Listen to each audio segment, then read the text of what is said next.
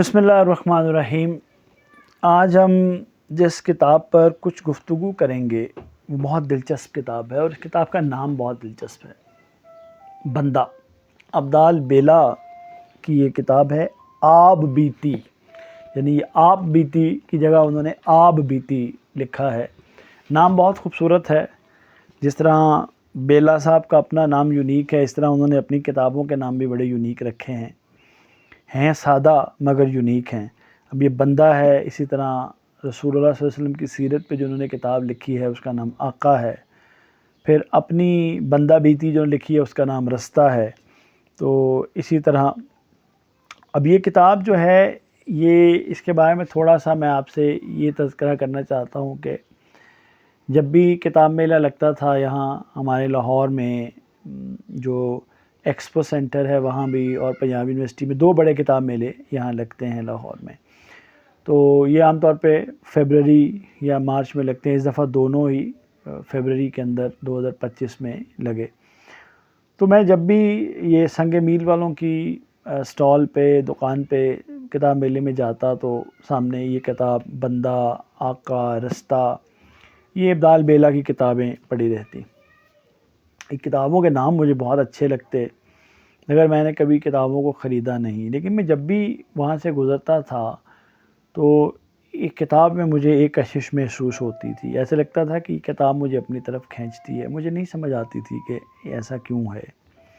خیر اس سال یہ ہوا کہ میں نے سنگ میل والوں نے بھی تھوڑا دل نکالا، اور انہوں نے 50% جو ہے وہ ڈسکاؤنٹ آفر کیا، تو میں نے کہا چلیں اس دفعہ 2-3 جو مصنفین ہیں وہ میں نے ان کو شارٹ لسٹ کیا ہوا تھا کہ ان کو خریدنا ضرور ہے۔ ایک یہ عبدال بیلا کو میں نے کچھ خریدنا ہے، کرنل محمد خان کو میرا خیال تھا کہ دوبارہ پڑھنا چاہیے اور سارا پڑھنا چاہیے۔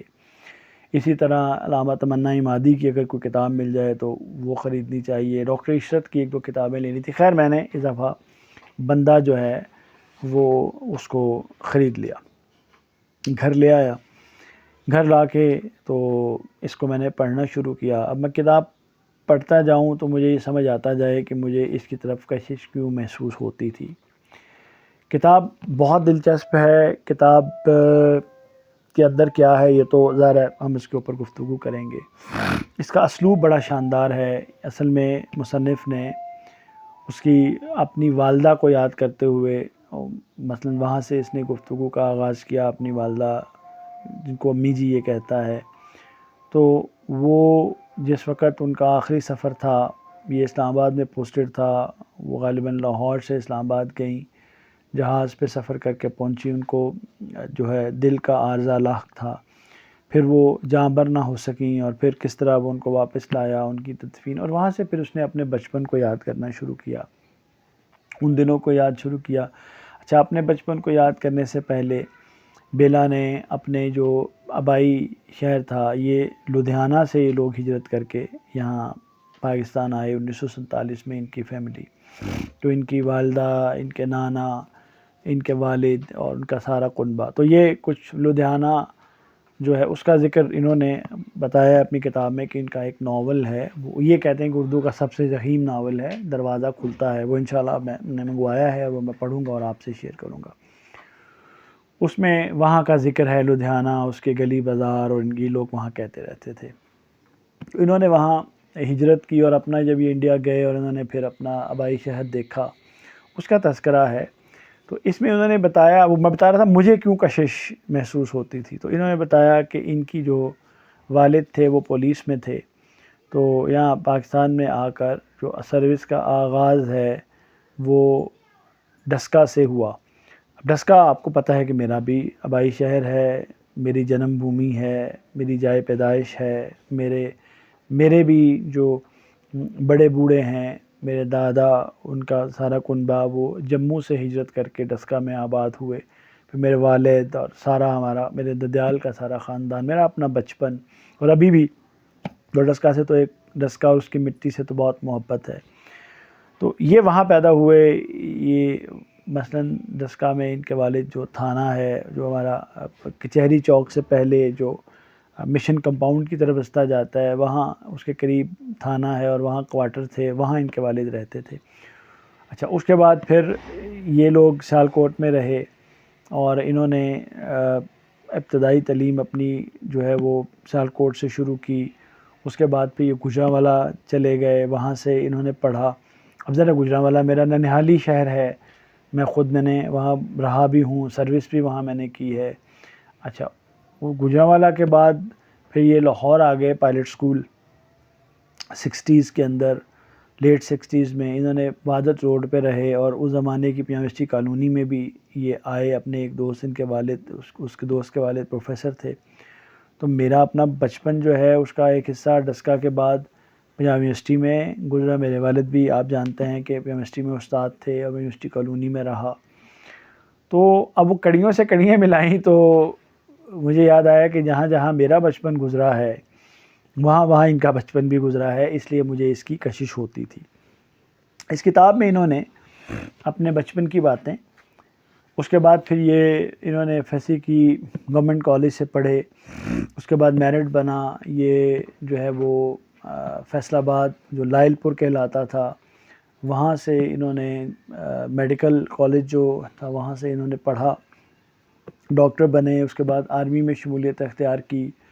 پھر آرمی میں ان کی پوسٹنگ جو ہے وہ راولہ کوٹ میں رہی, آزاد کشمیر میں. پھر یہ اس کے بعد مری میں ان کی پوسٹنگ رہی. پھر یہ اس کے علاوہ پاکستان کے مختلف شہروں میں, کوئٹہ میں ان کی پوسٹنگ رہی. پھر یہ کراچی میں نیوی کے ساتھ رہے اور اس کے بعد پھر اسلام آباد میں آئے. اسلام آباد سے پھر یہ ریٹائرڈ ہوئے. اسلام آباد میں ان کی ممتاز مفتی کے ساتھ ملاقاتیں تھیں. پھر ریٹائرمنٹ کے بعد جو معاملات زندگی میں پیش آئے اس سارے کا تذکرہ بندہ آپ بیتی کے اندر موجود ہے. اس کے اندر انہوں نے اپنے کالج کے زمانے کی شرارتیں اور وہ مختلف جو کلاس فیلوز تھے, کلاس فیلوز تھیں, ان کے ساتھ جو ہم جماعت تھے اور تھیں, ان کے ساتھ جو زندگی کے دن گزرے. پھر راولہ کوٹ میں جو یہ آرمی اسپتال میں ان کی پوسٹنگ رہی, وہاں کے جو لوکل لوگ ہیں ان کے ساتھ ان کے معاملات اور تعلقات. پھر اسی طرح سروس کے دوران بہت سارے معاملات, مثلا انہوں نے بہت اچھے اچھے سبق آموز واقعات کا ذکر کیا ہے. یہ سیالکوٹ میں بھی رہے تو وہاں ڈاکٹر آرمی میں ہونے کی وجہ سے بھرتی دفتر کے ساتھ ان کا تعلق تھا. تو یہ بتانے لگے کہ وہاں مہینے کے شروع میں بھرتیاں ہوتی تھیں. انہوں نے ایک واقعہ لکھا ہے کہ ان کے والد جب ریٹائر ہو گئے تو ابھی یہ لوگ اپنے اپنے ٹھکانوں پر, یعنی اپنے اپنے مقام پر نہیں پہنچے تھے. تو ان کے والد نے اپنا جو DSP تھا اس کو درخواست دینے کے لیے اس سے ملاقات کرنے کے لیے گئے اور اس کو درخواست دینا چاہتے تھے کہ ان کو کوئی ایکسٹینشن مل جائے تاکہ یہ بے گھر نہ ہوں اور ان کے بچے ذرا بڑے ہو جائیں تو پھر یہ الگ سے اپنا انتظام کر لیں. اس DSP نے بہت برے طریقے سے ان کے ساتھ سلوک کیا, ان کی درخواست پھاڑ دی. تو ان کے والد گھر آئے, آ کے گر پڑے تو کہ ان کے ساتھ یہ کیا ہوا. یہ بتاتے ہیں کہ خیر اللہ نے ان کی سن لی. ان کے بڑے بھائی جو تھے وہ انجینئر تھے, ان کو غالباً وابڈا کے اندر جو ہے وہ نوکری مل گئی, وہ SDO ہو گئے. اچھا واقعہ انہوں نے لکھا ہے کہ ایک دفعہ ان کو بھرتی دفتر میں ایک آدمی ان کے والد کا حوالہ لے کے حاضر ہوا. تو اس پہ لکھا ہوا تھا کہ جو یعنی کہ یہ جو تمہارے والد ہیں میں ان کا صاحب رہا ہوں DSP, یہ میرا بیٹا ہے, اس کو ضرورت ہے, اس کو بھرتی کر لو. ادھر گھر آ کے اپنے والد کو کہا. والد نے بتایا کہ میں نے تو نہیں کسی کو بھیجا, لیکن ان کے والد کو یہ پوچھا کہ تم نے پھر کیا سلوک کیا. انہوں نے کہا جی آپ کا جو کہ حوالہ تھا میں نے رکھ لیا. تو اس کے اندر سبق یہ ہے کہ کسی کے ساتھ آپ کو ایسا سلوک نہیں کرنا چاہیے کہ دن پھرتے ہیں اور کل کو یہ ہو سکتا ہے کہ آپ اسی کے پاس درخواست گزار کے طور پہ جائیں اور آپ کو جانا پڑے. اسی طرح انہوں نے ایک واقعہ لکھا کہ ریٹائرمنٹ کے بعد ایک کلچرل انسٹیٹیوشن کے اسلام آباد میں جو متعلقہ وزیر تھیں انہوں نے ان کو کہا کہ جی آپ اس کی چیئر شپ جو ہے وہ لے لیں. چیئر شپ کے لیے جو ہے انہوں نے حکم جاری کر دیا. وہ سیکرٹری کے پاس گیا, سیکرٹری نے جوائنٹ سیکرٹری کو دیا. تو انہوں نے سیکریٹریٹ میں چکر لگانے شروع کیے, 1 چکر 2 چکر 3 چکر, لیکن ان کو اپوائنٹمنٹ لیٹر نہیں ملا. اچھا پھر کیا ہوا, انہوں وہاں پر گئے تو ان کے ایک دوست تھے جو فائنینس کے اندر تھے, وہ ڈپٹی سیکرٹری تھے. تو وہ ان کو ملے, انہوں نے کہا کہ عابدہ صاحب بار بار چکر لگا رہے ہیں, کیا وجہ ہے. پھر میں نے کہا کہ یار وہ میں اس سلسلے میں آ رہا ہوں. تو انہوں نے کہا کہ آپ کو یہ اپوائنٹمنٹ لیٹر نہیں ملے گا. پوچھا کہ اس کی کیا وجہ ہے؟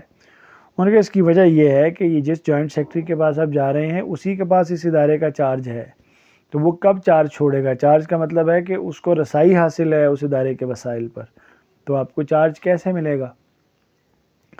اور ساتھ اس نے ان کو بتایا کہ یاد رکھیے گا ہماری بیوروکریسی کے 3D ہوتے ہیں اور ان سے بچ کے رہیے گا. وہ 3D یہ ہیں: ڈیلے، ڈیریل اینڈ ڈسٹرائے.